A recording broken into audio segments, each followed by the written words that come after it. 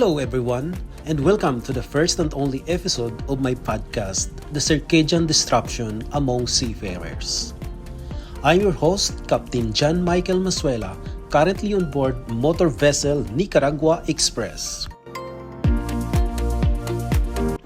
Whether you're a seafarer currently at sea, a maritime student preparing for your future career, or simply someone interested in understanding the realities of life on board ships, thank you for joining me today. In this episode, we're going to talk about the topic that affects almost every seafarer, often without them even realizing it: circadian disruption. Have you ever felt exhausted even after getting several hours of sleep? Have you struggled to stay alert during a midnight watch, or found it difficult to adjust after cruising multiple time zones? If so, you probably experienced the effects of circadian disruption. While many people think fatigue is simply the result of working too hard, the reality is much more complex. Our bodies operate on an internal biological clock, and when that clock is constantly interrupted by watch schedules, port operations, night work, and changing time zones, the consequences can affect our health, performance, and most importantly, the safety at sea.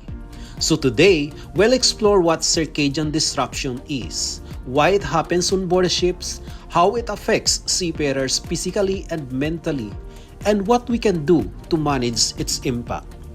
So what are you waiting for? Grab your coffee, settle in, and let's dive into today's topic: physiological stressor, circadian disruption in the maritime industry. Before discussing circadian disruption, we first need to understand what the circadian rhythm is. The circadian rhythm is our body's internal biological clock. It operates on approximately a 24-hour cycle and regulates many important bodily functions, including the sleep and wakefulness, hormone production, body temperature, metabolism, mental alertness, physical performance. Under normal circumstances, our bodies are naturally programmed to be awake during daylight hours and sleep during nighttime. This biological rhythm is developed over thousands of years and is strongly influenced by exposure to natural lights and darkness. When this rhythm is disturbed, our bodies can struggle to adapt, leading to fatigue and various health concerns. What causes circadian disruption at sea? Life on board ships often requires seafarers to work against their natural biological rhythm. Several factors contribute to circadian disruption, including watch-keeping schedules. One of the primary causes is the watch-keeping system. For example, the second officer is on watch from midnight to 0400 and at noon to 1600 watts, while the chief officer is on watch at 0400 until 0800 hours and at 1600 to 2000 watts. And the third officer is on watch at 0800 to 1200 noon and at 2000 to midnight watts. Officers assigned to midnight watches are expected to remain highly alert during hours when the human body naturally wants to sleep. This creates a conflict between operational requirements and biological needs. Another causes of circadian disruption is crossing time zones. Modern container vessels frequently cross multiple time zones during a voyage. Like in my ship, we cross 8 time zones from Morocco to Mexico, and the ship is always running at full speed. And almost every night, we are adjusting our ship's clock. As clocks are adjusted forward or backward, the body's biological clock often struggles to adapt. This is similar to what the airline passengers experience as jet lag, except seafarers may experience it repeatedly throughout their contract. Another factor to contribute circadian disruption is the port operations. Port operations can significantly disrupt sleep patterns. Masters and officers often experience interrupted sleep due to arrival preparations, pilot boarding, cargo operations, documentation requirements, departure procedures. Even after completing a demanding operations, they may only have a few hours of rest before returning to duty. Another factor to contribute circadian disruption is the noise and vibration. Shipboard environments are not always conducive to quality sleep. Common disturbances include the engine noise, the machinery vibration, cargo operations, public announcement, and crew activities. Even when seafarers have enough time allocated for rest, the quality of sleep may still be poor. Let's talk about the effect of circadian disruption. The consequences of circadian disruption extend beyond simply by feeling tired. This can be observed through various physical effects. These include the chronic fatigue, sleep disorders, headaches, reduced immunity, digestive problems, increased risk of cardiovascular disease. Over time, continuous disruption can negatively affect overall health and well-being.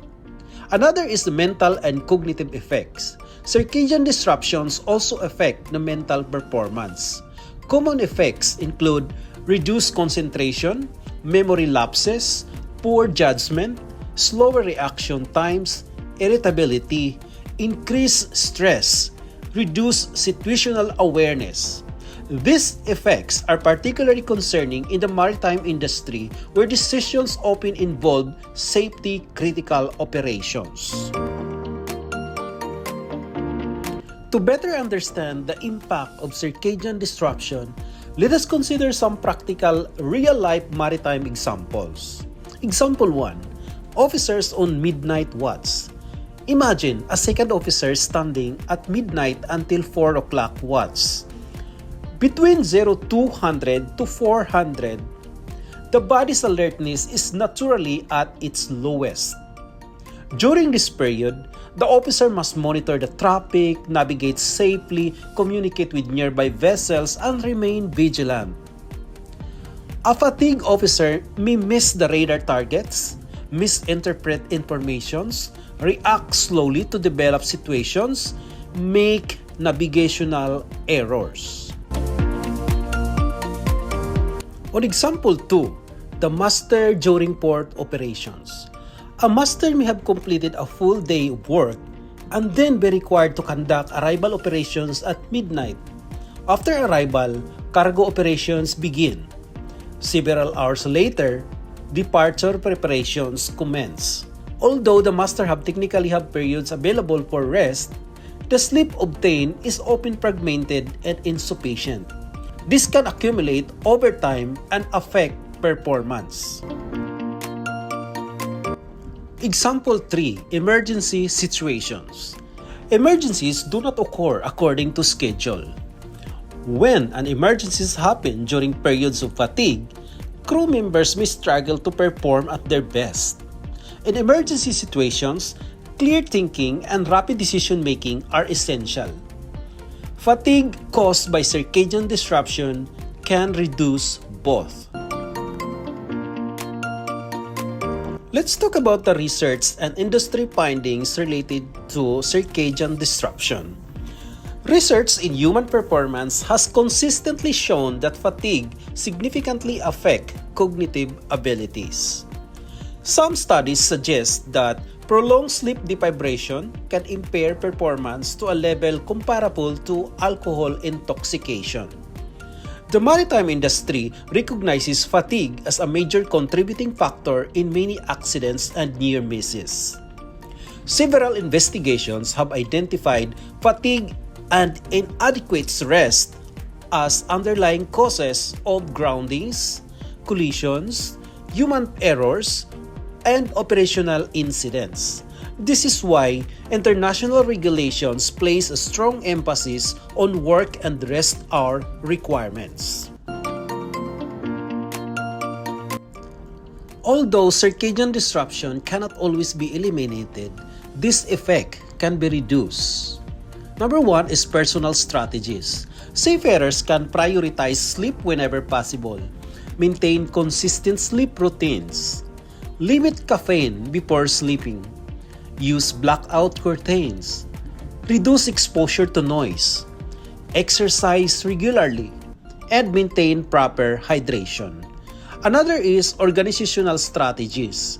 Shipping companies and vessel management can support fatigue management by complying with TCW work and rest hour requirements, promoting adequate manning levels, planning operations efficiently, encouraging fatigue reporting, and providing education on sleep management. In conclusion, circadian disruption is one of the most significant physiological stressors experienced by seafarers. The demands of watchkeeping, port operations, time zone changes, and continuous shipboard activities often interfere with our body's natural biological clock. The effects can influence both health and operational performance, making fatigue management an essential component of maritime safety. By understanding circadian disruption and implementing effective fatigue management strategies, seafarers can improve their well-being, maintain high level of performance, and contribute to safer ships operations. Again, this is Captain John Michael Mazuela on board Nicaragua Express. Thank you for listening.